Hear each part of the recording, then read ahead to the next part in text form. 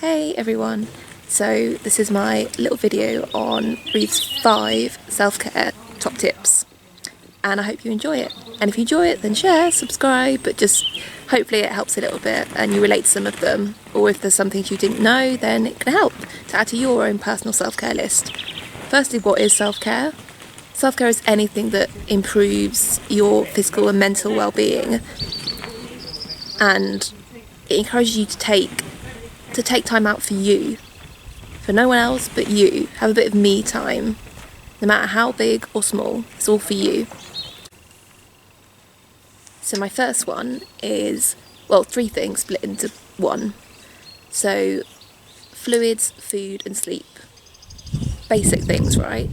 But with all of these self-care, there's adaptation. So obviously most people, simple, fluids, drink enough water, or fluids as much as you can, as well as food intake. So within getting a range of foods that we all need in our diet, and vitamins and minerals, etc. And then sleep, getting a good 8 to 9 to 10 hours of sleep at night, or at least 6. But then with chronic illness thrown into the mix, it's not that simple, is it? So here's where we adapt it. If you don't take food or fluid in orally, like myself, then it goes through your tube or your central line, so you adapt it. As well as sleep. I don't sleep well at night, and I know many people with chronic illnesses don't sleep well at night.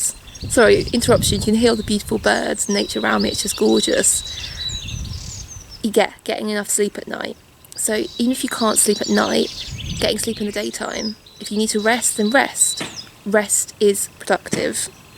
Rest is productive. Something I have to remember so much. And within that, it's okay to nap in the day. If you need to rest and you feel like you need to close your eyes, it's okay. It's totally okay to rest. So that's number 1, fluids, food and sleep. Number 2 is, well, where am I right now? I'm outside in the fresh air. Okay, it's sunny, and I know we're in England, so sun is up and down, rain and shine, cloud a lot of the time. But again, adaptation. So ideally we get outside, go for a walk, get fresh air, a bit of exercise. But again, chronic illness, not that simple, so adapt it. If you can't get outside or go for a walk, then bring the outside to you. If you can get close to a window, just to look at nature for 5 minutes. No phones, just look outside. See the nature, see the beauty of the outside world. As well as, even if you can't get to a window, asking your carer or your nurse or family or friends to take a picture of their garden and send you over those pictures. And if you can get outside, or luckily got a garden, then even if you get out in your pyjamas, it doesn't matter. Or you sleep outside, or you go on a 5-minute dog walk just around the garden or around the village. Do what you can do, but nature and outside. Number 3 is comfort. So what comforts you? For me, it's blankets. Anyone who knows me knows I love a blanket. And that feeling of the weighted blanket on you, being covered, I really love that sensory feel. For me personally, a blanket is all the way. As well as comfort as in comfy PJs, comfy clothes, jogger bottoms and a top, or just a hoodie that makes you feel comfortable and nice. From clothes to also physical contact, so hugs, which I know at the minute are difficult, COVID times. Filming this on April the 18th, 2021. We are slowly coming out of restrictions and lockdown, but still it's difficult. So if you're in a bubble with somebody, then hugging that person, the physical contact. Also, would not forget animal cuddles. So obviously Willow, my lovely little dog, the cuddles are the best. They release endorphins with our animals when we're stroking them. From dogs to cats, to bunny rabbits, to horses, to chickens, to guinea pigs, to whatever animal you have or pets you have. And just the feel, like I said, of comfort around you. Whether that's a blanket, a duvet, comfy PJs, clothes, to physical contact and hugs. And our animal cuddles, of course.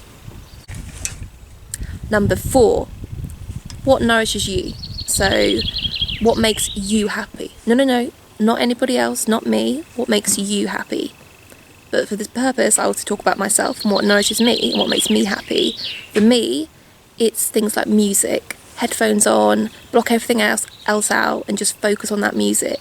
And having a feel-good playlist is a really good thing. So you can go straight to it, press play, shuffle, and all those feel-good songs on there. As well as that, even having a little boogie, a little dance, dancing like no one's watching, singing like no one can hear, just letting it out. I love being in the car, even in my pyjamas, going for a drive and just blasting out the music and singing along to my favourite tunes.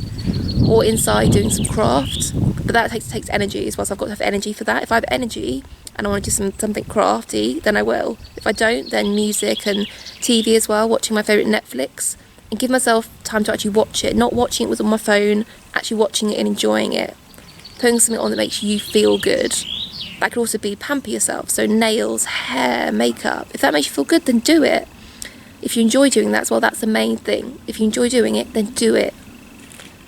Also, it could be, if you like being outside, to gardening, to nature, to, like I said, craft, to making things, to visiting a friend, ringing up somebody, reaching out.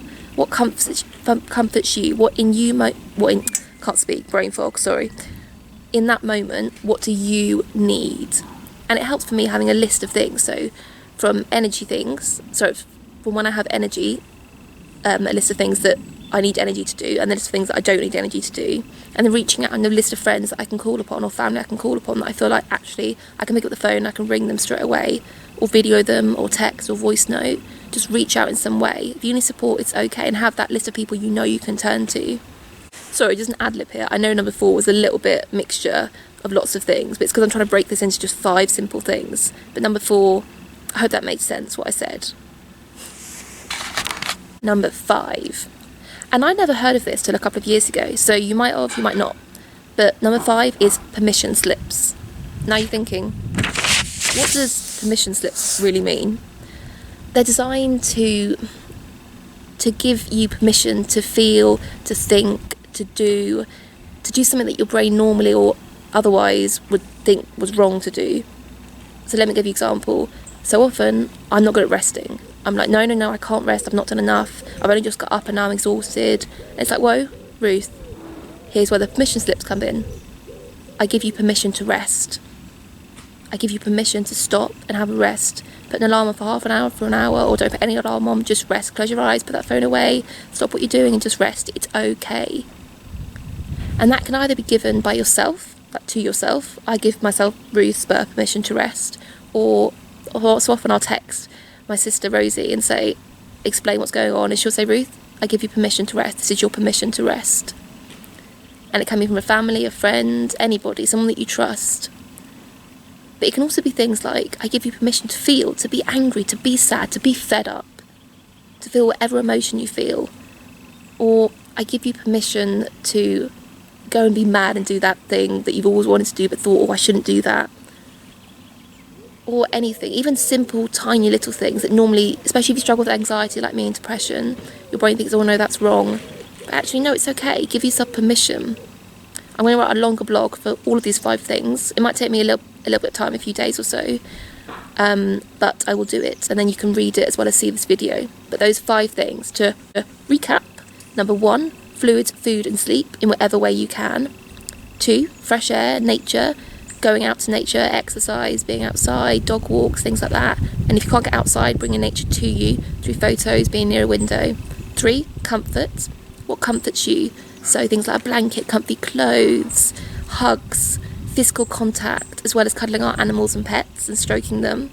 4, what nourishes you, what makes you feel good and feel happy, whether that's pampering yourself, nails, hair, whether that's dancing, singing, whether that's craft, making things, whether that's music, watching your favourite Netflix show. What makes you happy and what do you enjoy? Do it.